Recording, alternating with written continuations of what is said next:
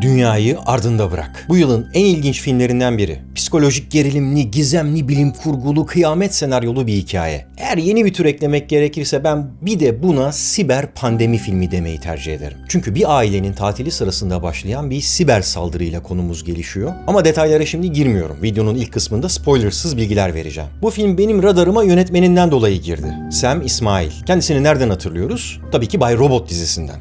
Society.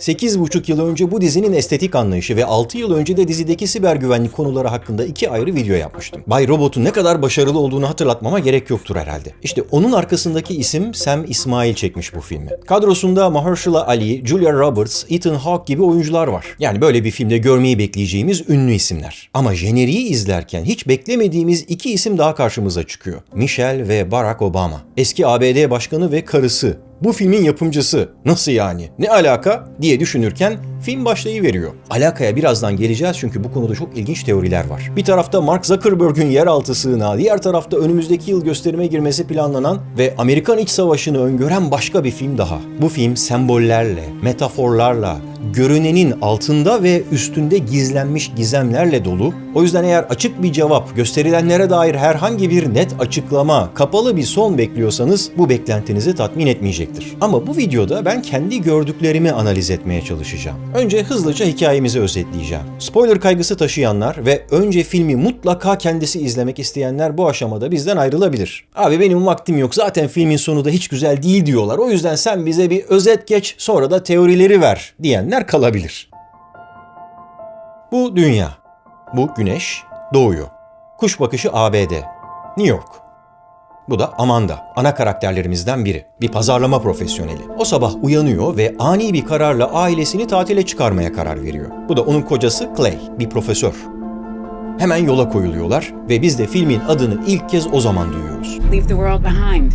That's what it said on the rental listing at least. Kastettiği ilan muhtemelen bir Airbnb ilanı. Sezon sonu olduğu için lüks bir evi kelepir bir fiyata kiralamışlar. Hem de nerede bu ev biliyor musunuz? Point Comfort'ta. Konfor noktası demek. Gerçekte filmde gittiklerini söyledikleri Long Island'da böyle bir yer yok. Yani bu isim özellikle konulmuş. Bu arada ailenin 2 de çocuğu var. Rose ve Archie. Tipik zamane çocukları. Teknolojiyle iç içeler. Ailenin 4 ferdini de ilk kez bu sahnede kesintisiz bir planda birlikte görüyoruz. Aynı arabanın içindeler ama farklı dünyalarda yaşıyorlar. Hepsi kendi konfor noktasında. Anne telefonla konuşurken baba müzik dinliyor. Çocuklardan biri oyun oynarken diğeri tablet cihazından Friends dizisini seyrediyor. Bu dizi de hikaye açısından önemli ama analizini sonra yapacağım. Aile nihayet kiraladıkları eve ulaşıyor. Ama ev değil, saray yavrusu. Bizim aile orta direk olduğu için evi görünce pek bir mutlu oluyorlar. En azından birkaç günlüğüne de olsa böyle sınıf atlamış gibi hissedecekler. Bir konfor noktası daha. Storytelling açısından böyle ortalama bir yerden başlayan mutluluk grafiği giderek yükseliyor. Ta ki Amanda'nın konfor noktası marketine gidip alışveriş yaparken bol miktarda su ve konserve malzeme satın alan sakallı bir adamı görmesine kadar. Orada grafiğimiz bir duraksıyor. Adam kamyonetine bol bol istif yapmış. Neden ki? Daha sonra evdeyken internet erişiminde sıkıntılar başlıyor. Ailenin küçük kızı Rose, Friends dizisinin son bölümünü bir türlü izleyemiyor. Yakındaki bir plaja gidip tam rahatlayacaklarken bir petrol tankeri hızla üzerlerine doğru gelip rahatsız olmuş bir şekilde eve döndüklerinde artık ne televizyonları ve ne de Wi-Fi'ları çalışmaz hale geliyor.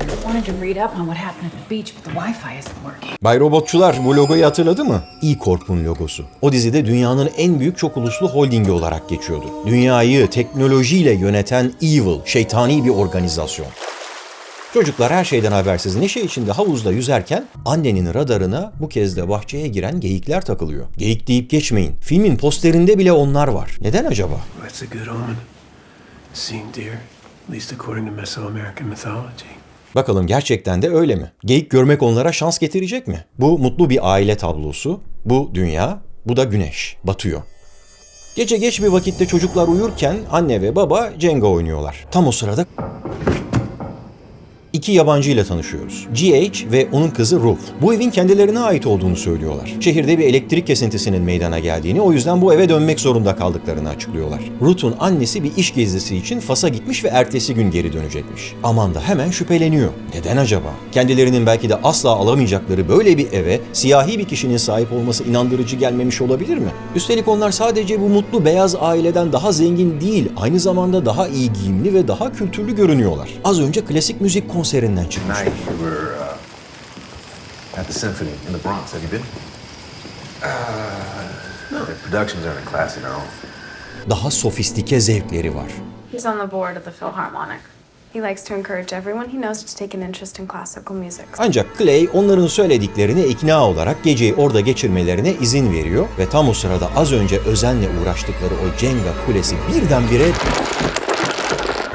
Foreshadowing, önceden ima, tek başına şu birkaç saniye bile bize hikayenin özünü fısıldıyor. Medeniyetimizin kırılganlığı, stabilitenin çözülmesi, modern sistemin tahmin edilemezliği. Filmin başında yükselmeye başladıktan sonra duran storytelling grafiğimiz artık tıpkı bu Jenga parçaları gibi devrilmeye başlayacak bundan sonra.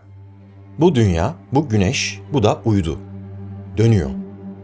Sabah ola hayrola derler ama değişen bir şey yok. Elektrikler ve internet hala kesik. Amanda telefonunda 4 haber bildirimi buluyor. 2 tanesi elektrik kesintileri hakkında, bir tanesi olanların hacklemelerden kaynaklandığı konusunda bir bilgi ve bir tanesinde de artık böyle bilgiler, sayılar ve sembollere dönüşmüş, karmakarışık hale gelmiş. Rose arka bahçeye bu kez daha büyük bir geyik grubunun geldiğini görüyor. Şansa bak.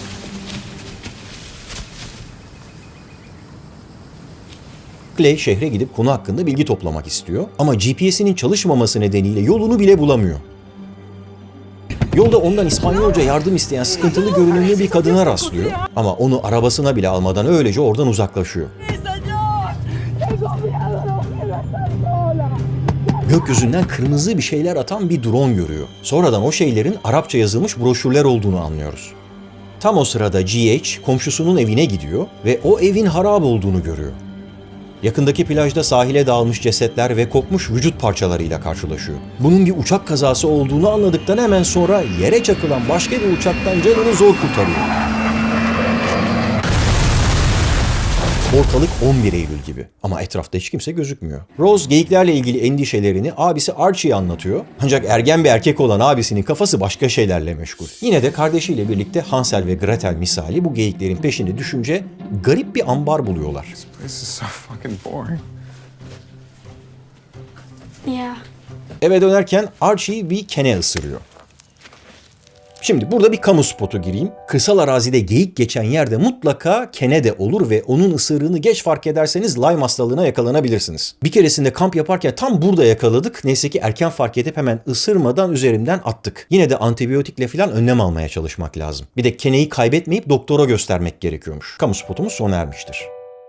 GH komşusunun evinde yere çakılan bir uçaktan zor kurtulmuştu hatırlarsanız. Böyle perişan bir halde dönüyor ama önce Ruth ve Amanda'ya neden ıslak olduğu konusunda yalan söylüyor. I fell into the pool.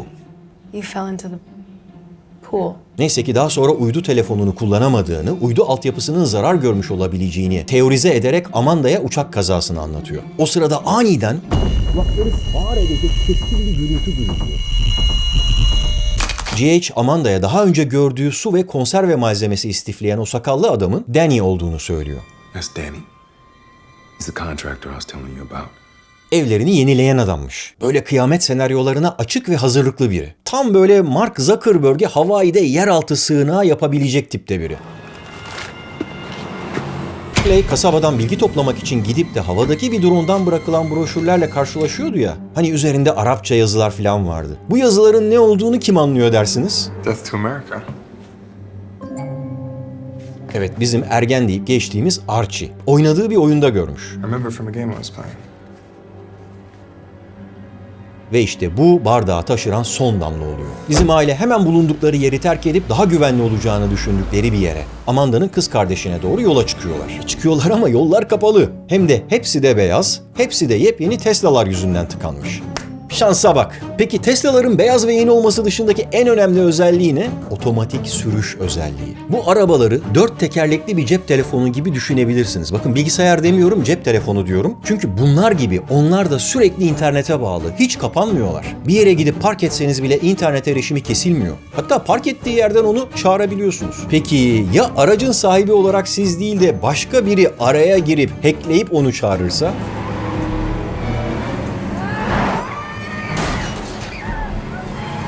Canlarını oradan zor kurtarıp geri dönüyorlar. O gece GH Amanda'ya hükümetin bir komplo içinde olabileceğini açıklıyor. Geyik sürüsünden sonra bir de flamingo sürüsüyle karşılaşıyoruz. Kulakları sağır eden o sesi bir kez daha duyuyoruz. Bu dünya, bu güneş ve bu da ay. Peki ya bayrak? Ertesi sabah Kene tarafından ısırılan Archie'nin dişleri dökülmeye başlıyor ve Rose Where's Rose? I couldn't find her. ortadan kayboluyor. Amanda ve Ruth onu aramaya giderken GH, Clay ve Archie'yi ilaç almak için o sakallı adama Danny'ye götürüyor. Ya gördünüz mü? O fil dişi kulesi gibi Jenga parçaları nasıl da darmadağın oluverdi. O elitleri, o krem döle kremleri aldı ve bu kafayı sıyırmış gibi gözüken adamın önüne, onun dizlerinin dibine yalvarır pozisyonda getirdi bıraktı. Danny yıllardır duyduğumuz bazı komplo teorilerinin gerçekleştiğini anlatıyor onlara. It's the Koreans behind all this. Koreans. Archie'nin dişlerinin dökülmesini ve herkesin yaşadığı o acı verici gürültünün Microwave weapons, they call it, produces a kind of radiation that can be beamed out through sound. bir mikrodalga silahının sonucu olduğunu söylüyor. Bunun üzerine zaten pozisyonu gereği piyasalardan gidişatı ya da kendi deyimiyle eğriyi gören GH, Clay'e bu kez kendi varsayımını açıklamaya başlıyor. A simple three-stage maneuver that could topple a country's government from within. Amerika'da bir darbenin yaşandığını, bu yüzden güç pozisyonundaki insanların teknolojiyi bozarak ve kaosu besleyerek iç savaşa izin verdiklerini anlatıyor. This program was considered the most cost-effective way to destabilize a country. Tam o sırada Amanda ve Ruth, New York kentinin bombalandığını görürken sabahtan beri ortalıkta olmayan Rose da komşunun evine giriyor ve orada bomboş, tam teşekküllü bir sığınak buluyor.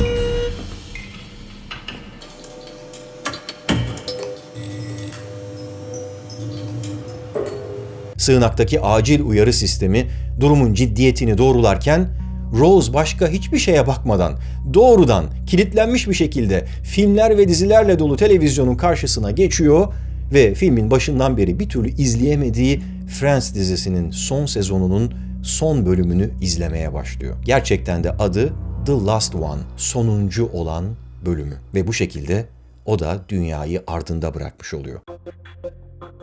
Bıraktığımız yerden filmin sonundan başlayalım. 2 saat boyunca internet kesintisi nedeniyle bir türlü sezon finalini izleyemeyen küçük kız nihayet o son bölümü izlemeye başlıyordu. Yani bir anlamda o kendi konfor noktasına ulaşıyor. O diziyi neden bu kadar önemsiyor peki? They make me happy. I really need that right now, don't you? Çünkü onun umursadığı en önemli şey bu dizideki hayali karakterler. I'm never gonna find out what happens to Ross and Rachel, am I? Filmin başka bir yerinde de Ruth şöyle bir tanım yapıyor bu dizi hakkında. But it's almost nostalgic for a time that never existed, you know?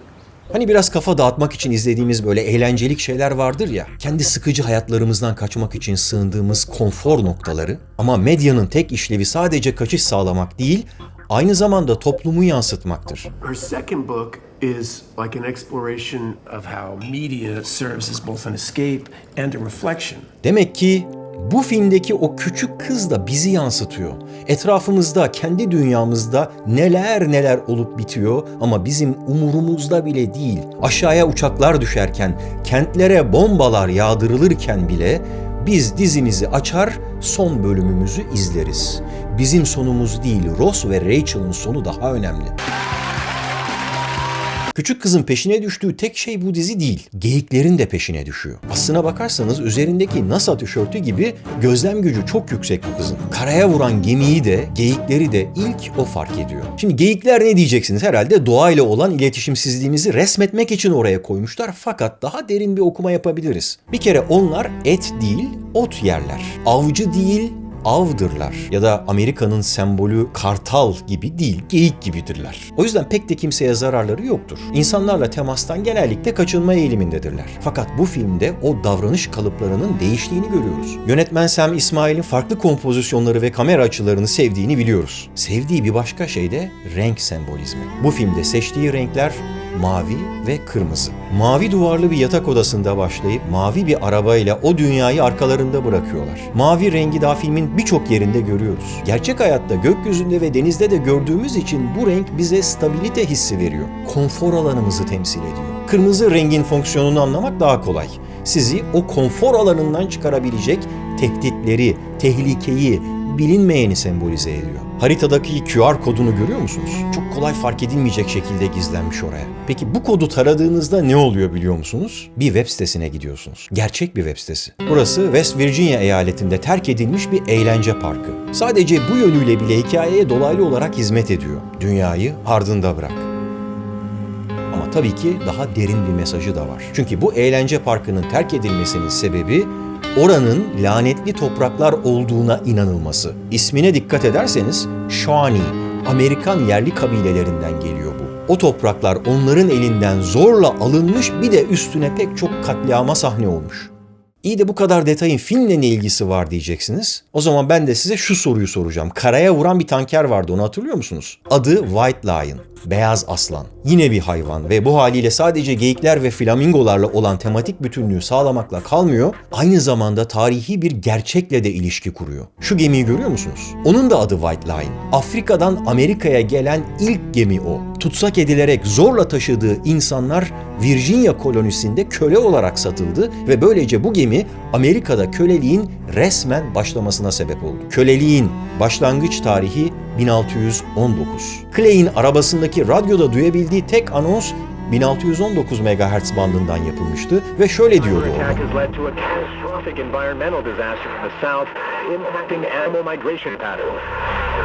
1619'da Virginia'da White Lion gemisiyle başlayan kölelik, geyik sembolü, zorla göç ettirilen ve kimseye zararı olmayan bu insanlarla da ilişkilendirilebilir mi acaba? Amerikalıların kendilerinden başka tüm ülkelerdeki tüm insanlara bakışı böyle bir bakış olabilir mi? Şu planın kompozisyonundaki ironiye bakar mısınız? Evi kiraya verenler, yani evin gerçek sahipleri dışarıda, evi geçici bir süreliğine kiralayanlar içeride. O evin duvarlarındaki tablolar da elbette sembolik. Mesela gözler. Ama özellikle iki resim var ki film boyunca değişip duruyorlar. Biri yatak odasındaki dalgalar. Eve ilk geldiklerinde alçak durumda olan bu dalgalar, hikayenin tansiyonu arttıkça kabarıyor ve bir noktadan sonra karakterlerin boyundan daha büyük hale geliyor. Adeta dünyada meydana gelen sorunlar, onların arkalarındaki duvarda giderek yükselen dalgalara dönüşüyor. Bir de tabii salondaki şu soyut tablo var. O da eve ilk geldiklerinde neredeyse bir ses dalgası formundaydı. Daha sakin, daha stabil görünümlü. Ama film ilerledikçe o düzen bir kaosa dönüşüyor. Karmakarışık bir hale geliyor tablolar. Ses dalgası demişken filmde duyduğumuz o kulakları sağır edercesine yüksek sesin bir silah olduğu söyleniyor. Bir mikrodalga silahı. The kind of radiation that can be beamed out through sound. Gerçek hayatta da buna benzer bir durum yaşanmış, hem de Küba'da. O yüzden Havana sendromu olarak literatüre geçmiş. Oradaki ABD Büyükelçiliğinde çalışan diplomatların bir tür beyin hasarı yaşadığı ve bunun kaynağının mikrodalga silahlar olabileceğine dair bazı ipuçları bulundu. Daha sonra benzer sağlık sorunları Çin'deki Amerikan diplomatlarında da yaşandı. 2020'de hazırlanan kapsamlı bir raporda yönlendirilmiş mikrodalga radyasyonun bu hastalıkların olası nedeni olduğu açıklandı. Ve işte bu da bizi filmde yaşanan o büyük krizin ne olabileceği konusuna getiriyor. Aslında GH bu konudaki düşüncesini karanlık bir monologla bize açıklamıştı. Güçlü bir ülkeyi istikrarsızlaştırmanın o kadar da zor olmadığını söylemişti. Kendisi son derece düşük maliyetli ve verimli bir şekilde bu destabilizasyon yoluna gidebilmek için 3 adımlı bir teoriden söz ediyor. Birinci adım izolasyon. İletişim ve ulaşım yöntemlerini tamamen kapatmak. Böylece kimse olup bitenler hakkında bir şey öğrenemez ve aslında herkes kendi coğrafi konumunda umutsuzluk ve kafa karışıklığı içinde hapsolur. İkinci adım senkronize kaos. Neredeyse her teknolojik aracın birbirine internetle bağlı olduğu bir ortamda başlatılacak siber atak bir pandemi gibi yayılabilir. Bu da her yerde bir karışıklık çıkmasını sağlar. Ek olarak filmdeki gizemli ses ve sivillere sessizce zarar veren ve dezenformasyon yapan kırmızı broşürlerde bu karışıklığın yayılmasını kolaylaştırır. Üçüncü adım iç savaş. Eğer insanlar karşılarında apaçık bir düşmanı bulamazlarsa teorik ve doğal olarak birbirlerine saldırırlar. Şiddet de bir pandemi gibi yayılma potansiyeline sahiptir. İşte böylesine tüyler ürpertici mesajları pek de gizlemeden açık seçik vermişler bu filmde. Yapımcısının eski ABD Başkanı Obama olduğunu söylemiştim. İşte bu noktaları birleştiren bazı kişiler bu filmin predictive programming amacıyla çekildiği yorumlarını yapmaya başladı. Üstelik 2024'te yine çok sevdiğim bir başka yönetmenden Alex Garland'dan benzeri bir temayı içeren başka bir film daha geliyor. Filmin adı İç Savaş. Peki bütün bunlarla insanları bir iç savaşa ya da daha da kötüsü olası bir 3. Dünya Savaşı'na mı hazırlamaya çalışıyorlar? Predictive programming iddialarının arkasında işte bu kaygılı soru var. Ve bu sorular öylesine çoğaldı ki filmin yönetmenine iletmek durumunda kaldılar. Ancak Obamaların bu filme olan katkısının filmin çok sonraki aşamalarında gerçekleştiğini söyledi yönetmen. Başkan Obama tam bir sinema aşığı diyor yönetmen. Ayrıca filmin uyarlandığı kitap da onun okuma listesindeymiş. Güvensizlikle ilgili olan bu teması ve eğer bir topluluğa ait olmaz ya da aramızda güçlü bir bağ sahip olmazsak başımıza neler gelebileceğine dair uyarıcı bir mesajı olduğu için, böyle bir hikaye olduğu için bize destek verdi sağ olsun diyor. Bu konuda elimizde bu beyandan başka bir şey olmadığı için ben de niyet okumak istemiyorum. Yani anlayacağınız böyle siber ataklarla bir iç savaşın çıkabilme riskini anlatan bu filminde adı resmen iç savaş olan diğer filminde 2024'teki ABD seçim döneminden hemen önce gösterime girmesinin herhangi bir psikolojik hazırlıkla ilgisi yokmuş.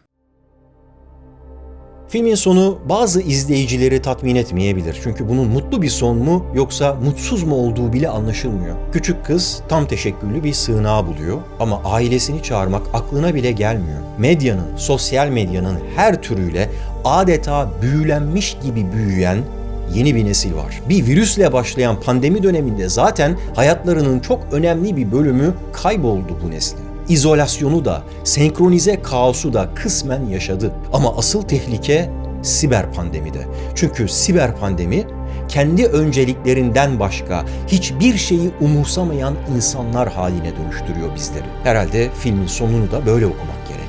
Zor zamanlar geliyor. Zor bir yıla giriyoruz. Friends kelimesi tam anlamıyla dostlar demek. Eğer kendi aramızda güçlü bağlar kurmayı, iyi geçinmeyi, başkalarını umursamayı, birlikte yaşamayı öğrenmezsek bu bizim sonumuz olur.